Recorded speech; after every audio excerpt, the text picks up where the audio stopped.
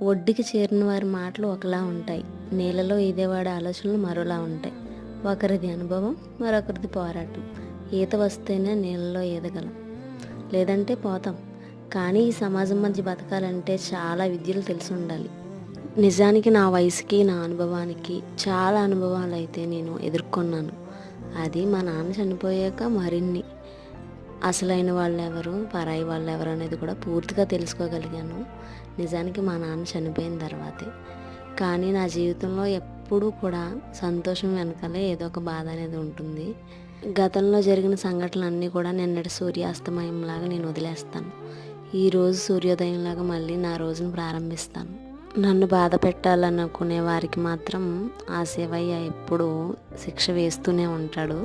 అది నేను కూడా అబ్జర్వ్ చేశాను. నాకు మాత్రం నా భర్త, నా శివయ్య తోడుగా ఉండగా ఎవరు నన్ను ఏం చేయలేరు.